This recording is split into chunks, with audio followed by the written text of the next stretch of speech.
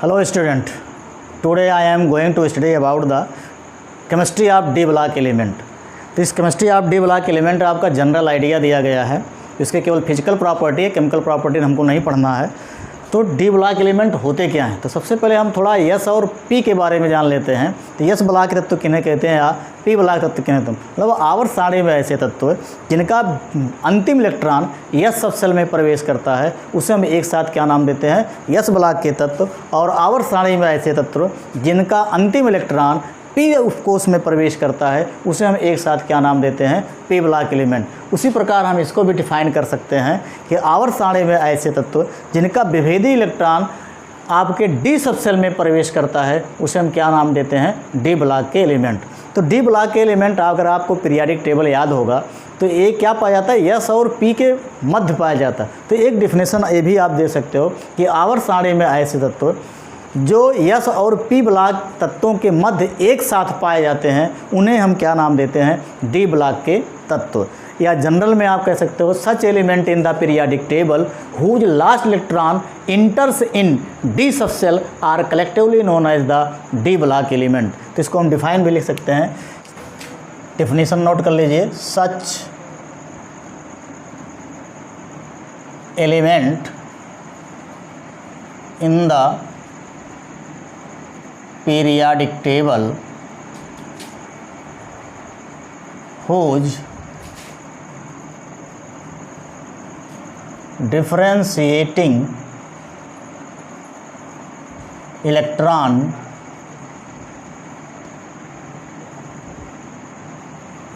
enters in D subcell are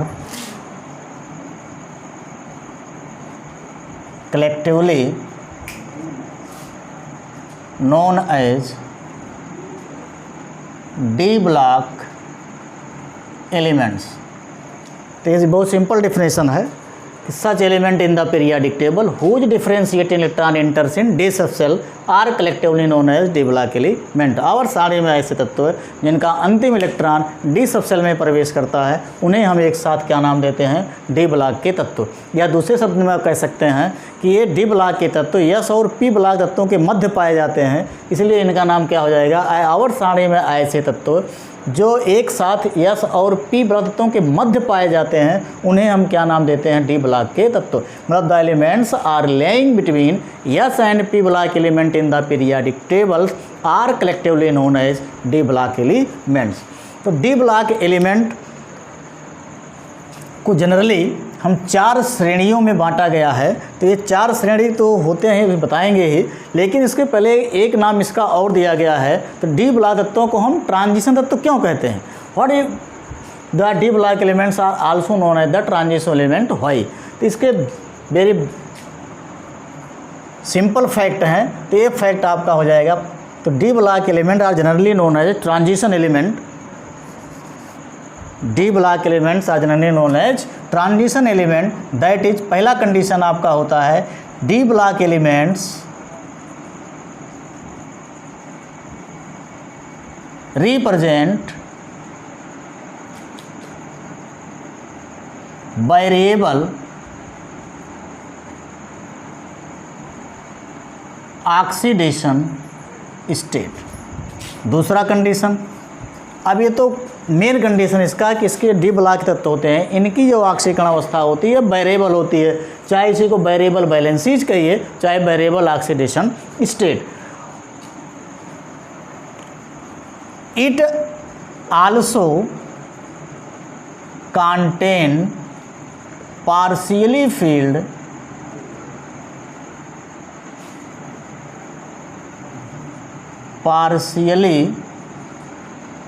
field D orbital. तीसरा condition क्या होता है? It contain empty D orbital. Empty D orbital. और चौथा क्या है? The empty D orbital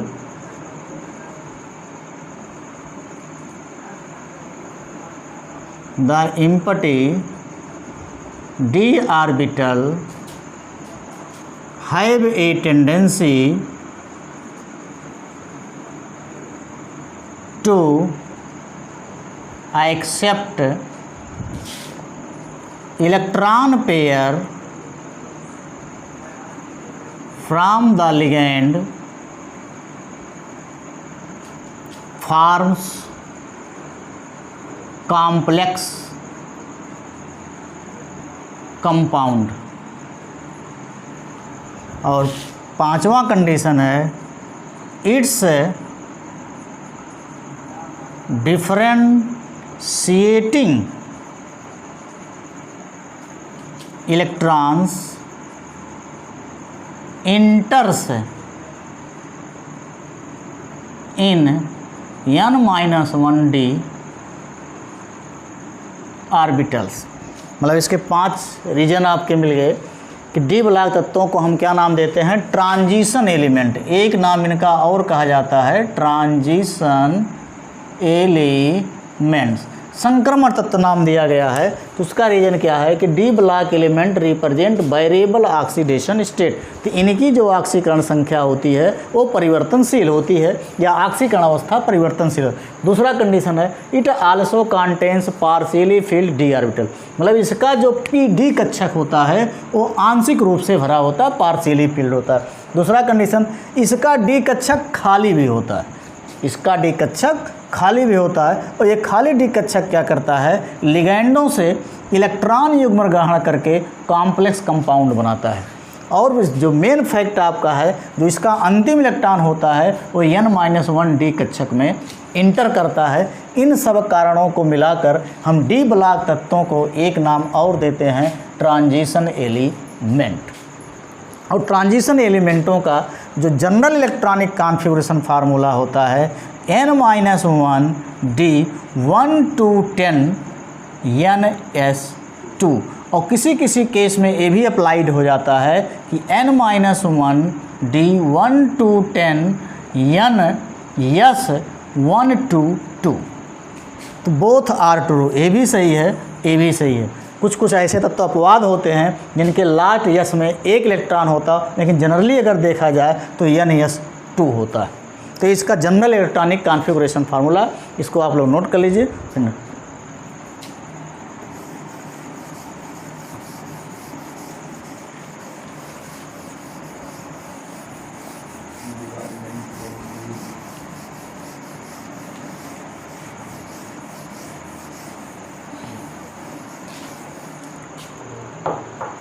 D block तत्वों को हम 4 श्रेणियों में विभक्त किया गया है, या कह सकते हैं ट्रांजिशन एलिमेंट तत्वों को 4 श्रेणियों में बांटा गया है। पहले नंबर फर्स्ट ट्रांजिशन सीरीज, या इसे एक नाम और दिया गया है 3D सीरीज, या इसी के एक नाम, पहला एलिमेंट आपका होता है स्कैंडियम। तो स्कैंडियम सीरीज। दूसरा आपका होता है सेकंड ट्रांजिशन सीरीज, या इसे एक नाम देंगे 4D सीरीज, या इसका नाम देंगे एट्रियम सीरीज। एक क्या नाम देंगे, एट्रियम सीरीज। और तीसरा आपका होता है थर्ड ट्रांजिशन सीरीज, या इसी का नाम देंगे 5D सीरीज, या इसी का नाम देंगे, अब यहाँ पे देखिए एक्सेप्शनल मिलता है आपका होता है हाफनियम सीरीज। हाफनियम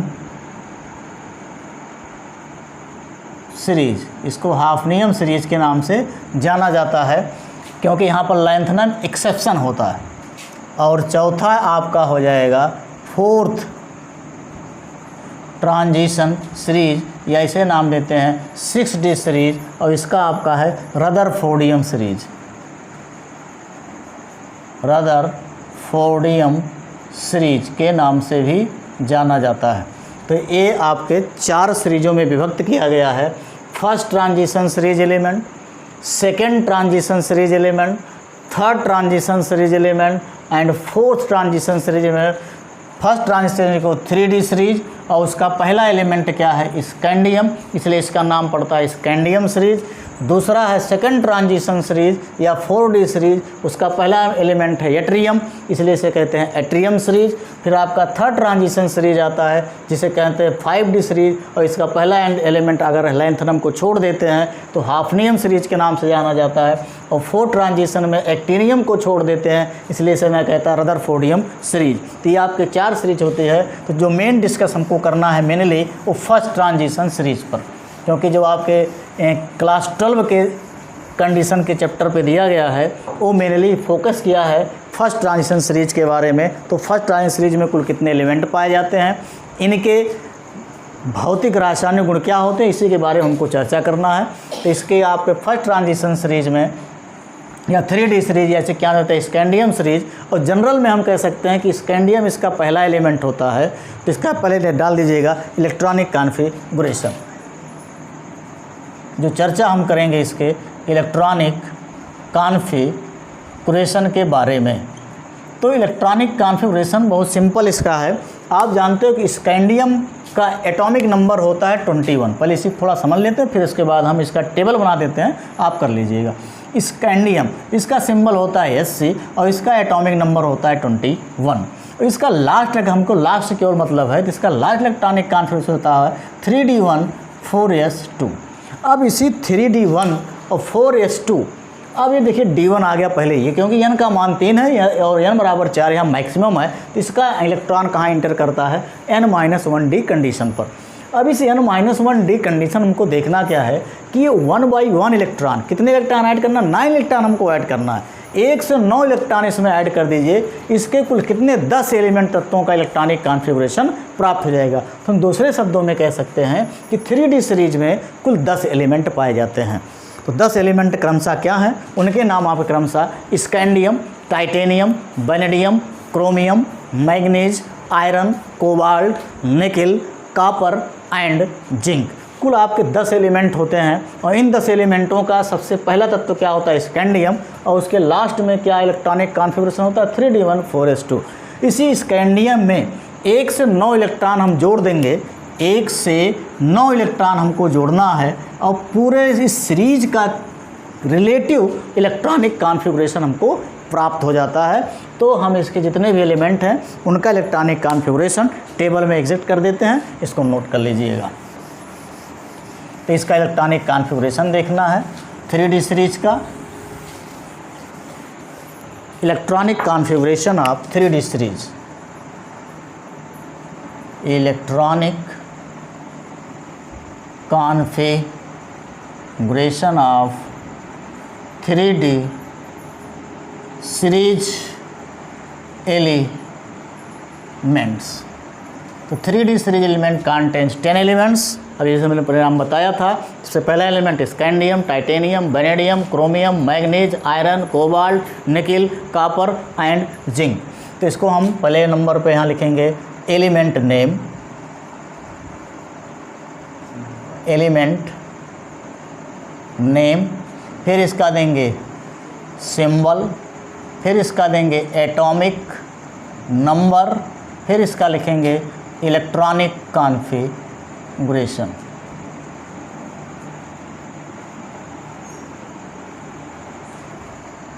तो एक कॉलम ऐसे बन जाएगा। तो एलिमेंट नेम में क्या पहला स्कैंडियम है, दूसरा टाइटेनियम है, वैनेडियम है, क्रोमियम है, मैंगनीज है, चौथा आयरन है, आयरन है, फिर उसके बाद कोबाल्ट है, फिर उसके बाद निकिल है, फिर उसके बाद कॉपर है, फिर उसके बाद लास्ट एलिमेंट जिंक है। अब क्रम से इसका करना, अभी इसके पहले हमने लिखा था स्कैंडियम का सिंबल पहले हम लिख देते हैं।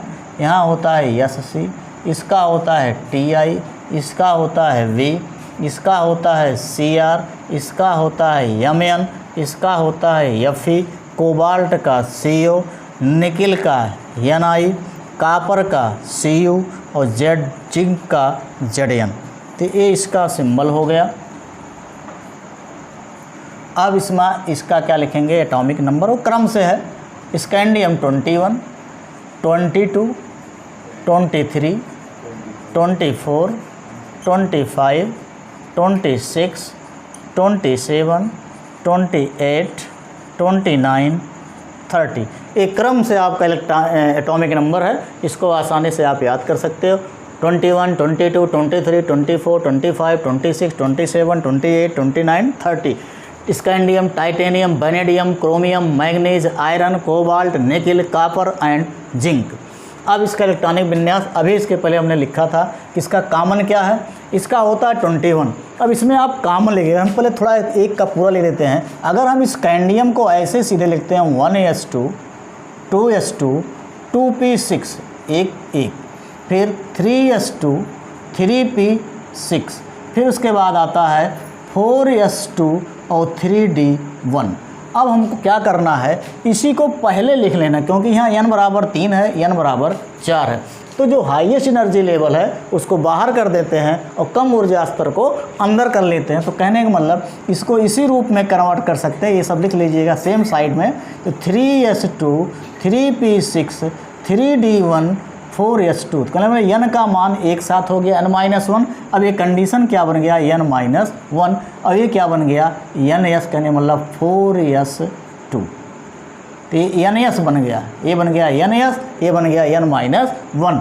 अब देखिए यहाँ से 2, 2, 4, 6, 10, 2, 12, 6, 18। अब यहाँ तक के जो कॉन्फ़िगरेशन है ये कितना हो रहा है, 18।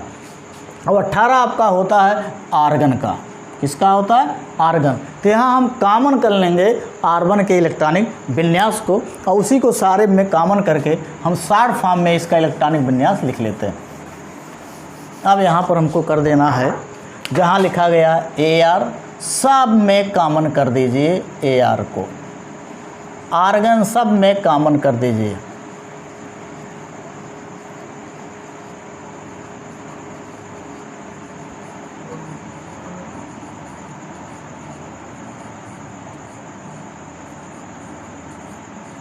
आर्गन सब में कॉमन हो गया। अब इसमें इसका क्या हो गया, 3d1। जैसे हमने बताया था कि d को पहले लाइए और s को बाद में, 3d1, 4s2। अब फिर एक इलेक्ट्रॉन हमने ऐड किया 3d2, 4s2, क्योंकि s वाला कक्षक भरा हुआ है, इसमें इलेक्ट्रॉन इंटर नहीं करना। इंटर कहाँ कराना, n-1 कंडीशन में, क्योंकि डिफिनीशन में आपको भी बताया गया था इसका डिफरेंशिएटिंग इलेक्ट्रॉन कहाँ इंटर करता है, n-1 d कक्षक में। तो यहाँ पर 3d1, 3d2, तो यहाँ पर क्या हो जाएगा 3d3 और 4s2। अब देखिए यहाँ पर एक एक्सेप्शन मिलेगा, क्रोमियम। ये क्रोमियम आपका एक्सेप्शनल एलिमेंट है, यहाँ पर लगा दीजिएगा स्टार। क्यों ऐसा होता है, क्योंकि अगर हम इसका सिंपली लिखें 3d4 और 4s2, तो यहाँ पर क्या है, डी कक्षक में एक इलेक्ट्रॉन की कमी होती है आप फील्ड करने में, अर्थात हम हुंड के नियम का पालन करते हैं। तो हुंड के नियमानुसार क्या होता है, यस से एक इलेक्ट्रॉन निकल कर चला जाता है डी में, तो ये दोनों कक्षक हाफ फील्ड में अस्थायी विन्यास को प्राप्त कर लेते हैं। तो इसका जो सही इलेक्ट्रॉनिक कॉन्फ़िगरेशन हो जाएगा यहाँ 3d5 और 4s1, A according to Hund. तो ये आपका एक्सेप्शन है, exception according to Hund rule apply हुआ है। अब यहाँ पर फिर एक एलिमेंट जोड़ेंगे, तो यहाँ तो d5 है तो हाफ फील्ड है, लेकिन ये भी हाफ फील्ड, तो एक इलेक्ट्रॉन चला जाएगा इसके पास, तो हो जाएगा 3d5 और 4s2। अब फिर नेक्स्ट इलेक्ट्रॉन इसमें इंटर करेगा 3d6, 4s2, 3d7, 4s2 और 3d8, 4s2। अब वही कंडीशन फिर यहाँ अप्लाई करना है, जैसे यहाँ पर 3d9 हम लिख सकते हैं 4s2, लेकिन फिर क्या करता है कि यस से एक इलेक्ट्रॉन लेकर ये स्टेप पूर्ण कर लेता है, तो यहाँ हो जाता है 3d10 और यहाँ हो जाएगा 4s1। तो यहाँ भी हुंड के नियम का पालन किया गया, तो ये भी एक्सेप्शन है, यहाँ भी एक्सेप्शन है, यहाँ भी एक्सेप्शन है। तो यहाँ पर आपका आ जाएगा नेक्स्ट 3d10, 4s2। यही लिखना भी है, जितना यहाँ पर बोला गया क्रम से यही लिख भी दीजिएगा, इसमें कुछ करना नहीं है। सीधे क्या, पहले इसे टेबल बना लीजिएगा, या टेबल के पहले अब क्या करना कि सबसे पहला एलिमेंट इस सीरीज का क्या है, स्कैंडियम। तो स्कैंडियम के Z बराबर कितना होगा 21। तो हम लिख सकते हैं the first element of the D block as well as the first transition series element is the scandium. तो पूरे इस डी ब्लॉक के तत्व का पहला एलिमेंट स्कैंडियम होता है, या हम कह सकते हैं फर्स्ट ट्रांजिशन का भी पहला एलिमेंट स्कैंडियम होता है। तो स्कैंडियम का एटॉमिक नंबर 21 होता है। तो 21 का मतलब हो गया 3d14s2। तो इस क्रम में क्या करना कि then we add 1 to 9 electron in the scandium configuration, then we obtained the next 10 element of this series. तो क्रमशः 3d1, 3d2, 3d3, 5, 5, 6, 7, 8, 10, 10 ये आपका इलेक्ट्रॉनिक कॉन्फ़िगरेशन हो गया। और पूरा इलेक्ट्रॉनिक कॉन्फ़िगरेशन इसको आप पूरा नोट डाउन कर लीजिए। इसके नेक्स्ट वीडियो में इसका हम पढ़ेंगे ऑक्सीडेशन स्टेट और इसका मैग्नेटिक प्रॉपर्टी। तो जितने भी ऑक्सीडेशन स्टेट और मैग्नेटिक प्रॉपर्टी किस पर निर्भर करता है, all of the it's electronic configuration. तो जिसका मोस्ट इंपॉर्टेंट जो है आपको इलेक्ट्रॉनिक कॉन्फ़िगरेशन तैयार करना है। अगर इलेक्ट्रॉनिक कॉन्फ़िगरेशन तैयार रहेगा तो सारी चीज़ें इसके आसान हो जाएंगे। Thank you.